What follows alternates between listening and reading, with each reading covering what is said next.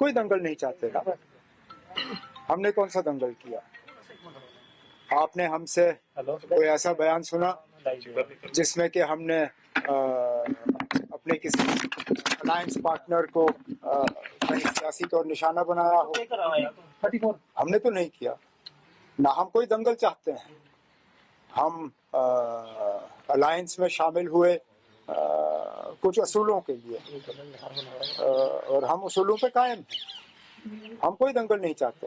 हम चाहते हैं कि मिल बैठ के हम यहाँ इलेक्शन लड़ें, और जो 3 सीटें अर्स्टवाइल जम्मू कश्मीर रियासत की बीजेपी के पास हैं, जम्मू, उधमपुर और लद्दाख, उन 3 सीटों पे इंडिया अलायंस की कामयाबी होनी चाहिए।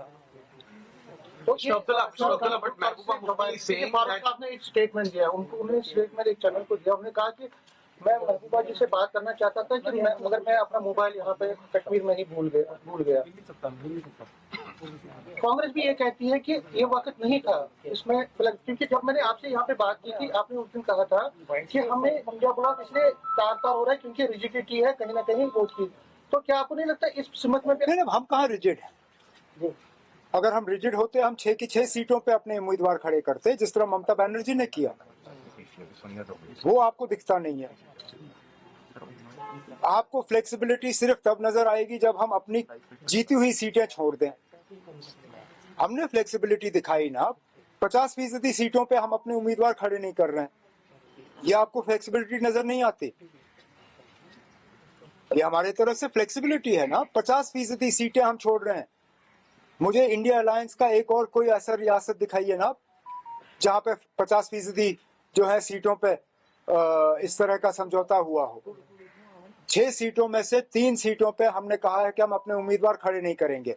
ये आपको रिजिडिटी नजर आती है? इसमें कहाँ की रिजिडिटी है? और मुझे ये बताइए ना, किस रियासत में कांग्रेस का, इंडिया अलायंस का कोई एलाय उन्होंने अपनी जीती हुई सीट अलायंस के लिए छोड़ी हो? बताइए मुझे। वेस्ट बंगाल में तो ममता बनर्जी ने कांग्रेस की जीती हुई सीट कांग्रेस के लिए नहीं छोड़ी। दूसरी सीटों का तो सवाल ही पैदा नहीं होता। हम 3 सीटों पे जो है कांग्रेस के साथ समझौता करने के लिए तैयार हैं, और आप कहते हो कि रिजिडिटी नहीं होनी चाहिए। ये कहाँ की रिजिडिटी है? 50% ना। मुझे और कोई कह रहा हूँ, आप मुझे कोई और रियासत दिखाइए जहाँ पे 50% की। कांग्रेस ये कह रही है कि हम जान देना चाहते थे पीडीपी को, लेकिन क्योंकि वो कौन होते हैं?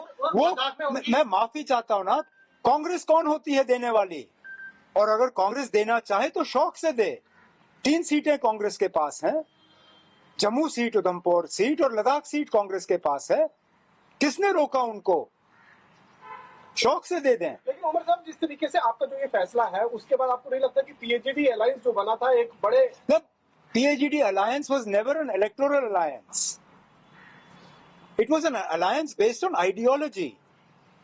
Those parties that feel that PAGD should only benefit seat sharing were in the PAGD for the wrong reason. Neither PAGD nor India Alliance was just about seats for us. It was about an idea. It was about a goal. We stand to that goal.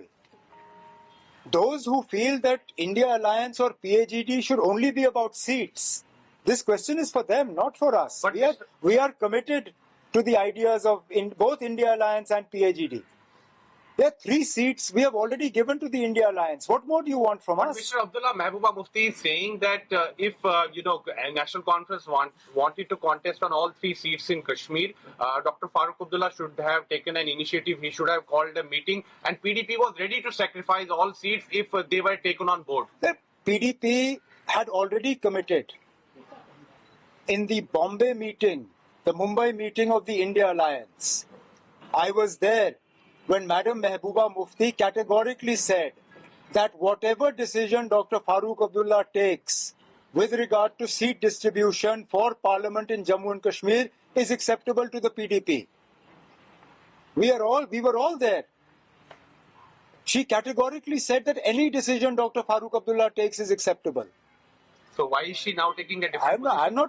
I'm not answerable for her. As I said, we are not in this for our own petty gains. We have been as flexible as you would expect us to be. Umar साहब Sir, You don't, 1 minute. I'm sitting here in Jammu. You don't think my colleagues in Jammu would like to put candidates up in Jammu and Udhampur parliament seats? Why don't you go and talk to my colleagues in Kishtwar as to what a difficult decision this is for them to not have a national conference candidate in this parliament election?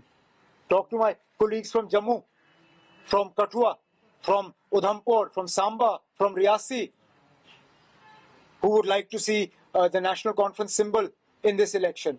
But this is not about just simple party politics. Are you yourself going to contest from Srinagar Lok Sabha seat? That's not for you to ask me, and nor is it for me to announce here. कमजोर हुई है। ममता बनर्जी ने सारी सीटों पर खुद लड़ा, इसके अलावा कई सारी और सियासी पार्टियां जो हैं वो भी अलग लड़ रही है। आइडिया ऑफ इंडिया जो है वो पूरी तरह से खत्म हो रहा है। नहीं ना, पूरी तरह से अगर खत्म होता तो शायद कहीं पे भी सीट शेयरिंग मुमकिन नहीं होती। ये सही बात है कि हम उम्मीद कर रहे थे कि वेस्ट बंगाल में भी इंडिया अलायंस की सीट शेयरिंग पे हम कुछ नतीजे हासिल कर सकें, लेकिन चलिए, जहां वेस्ट बंगाल में हमें थोड़ा सा धक्का पहुंचा है, वहां बाकी रियासतों की तरफ देखिए। आप कभी उम्मीद कर रहे थे कि यूपी में होगा या बिहार में होगा, महाराष्ट्र में होगा?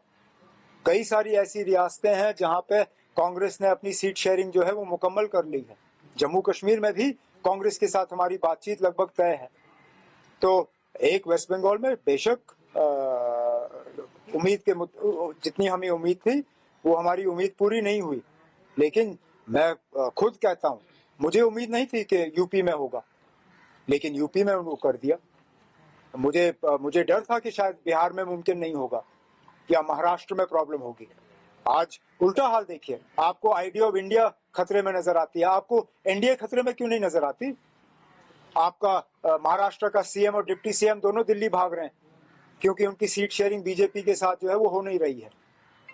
अगर आइडिया ऑफ इंडिया खतरे में है तो एनडीए भी खतरे में है, वो भी आपको कहना चाहिए। सर, कल जम्मू कश्मीर इलेक्शन कमीशन आने वाला है, क्या आप उनसे मिलेंगे? और लोकसभा के साथ विधानसभा चुनाव की मांग मैं नहीं मिलूंगा, लेकिन मेरे पार्टी के जो लीडर हजरात हैं वो मिलेंगे।